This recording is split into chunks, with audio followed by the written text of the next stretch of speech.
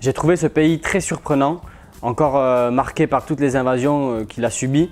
Il n'y a personne qui est 100% estonien pour l'instant, c'est un pays encore tout neuf. J'ai senti un gros décalage entre la vieille ville médiévale de Tallinn et puis la ville très moderne des startups, donc c'était assez surprenant. La ville de Tallinn était très belle, j'ai beaucoup aimé l'ambiance et le côté médiéval. Par contre, c'est vrai que j'étais pas très à l'aise, je trouvais que les gens étaient assez froids et distants. J'ai trouvé ce pays extrêmement ouvert, travailleur et très positif dans sa mutation, surtout avec sa jeunesse.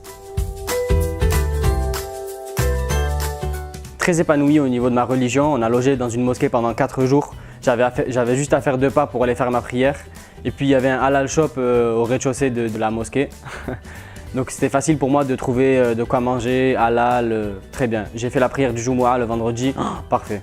Les relations entre les différentes communautés étaient très bonnes et du coup c'était rigolo parce qu'à chaque fois qu'on rencontrait quelqu'un et qu'il nous parlait de la communauté juive, il me regardait comme s'il parlait de moi. Donc voilà, je me suis sentie plutôt accueillie. En tant qu'athée, c'est un pays qui est très facile à vivre, comme la Finlande, étant donné que la majorité est soit athée, soit agnostique, soit adhère à d'autres spiritualités.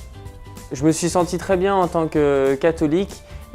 Surtout par l'accueil des prêtres italiens, encore une fois, qui fédèrent une petite communauté très unie, puisqu'en minorité dans ce pays, donc c'était un sentiment très agréable.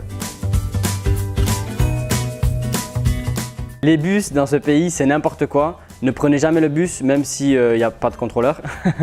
Il faut s'accrocher limite pour pas tomber. Le chauffeur il roule à 2000, il fait des dérapages, c'est n'importe quoi. Après une bonne journée de travail, on a fait une petite pause à la mer. On est allé admirer un petit peu le coucher de soleil devant la mer et c'était vraiment un moment, une évasion qui faisait du bien.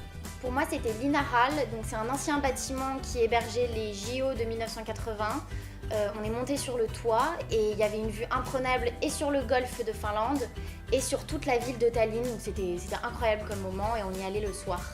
Pour moi, ça a été la célébration du Shabbat vendredi soir à la synagogue où tout le monde venait nous demander « Oh, you're Jewish !» Et puis on leur disait « No !» Ils étaient tous surpris et après ils nous sortaient une Torah qui était traduite, donc on a pu suivre toute la cérémonie et c'était très agréable. La personne qui m'a le plus marqué, c'est Ibrahim, qui a fui la guerre en Côte d'Ivoire, qui habite à la mosquée où on a logé. C'est celui qui nous a accueillis et son histoire est bouleversante. Les personnes qui m'ont marqué, c'était Christy et ses collègues, qui étaient des personnes qui voulaient nous rencontrer parce qu'ils étaient intéressés par notre projet. Et ils nous ont beaucoup parlé de l'histoire de l'Estonie et du contexte sociologique et on en a énormément appris avec eux.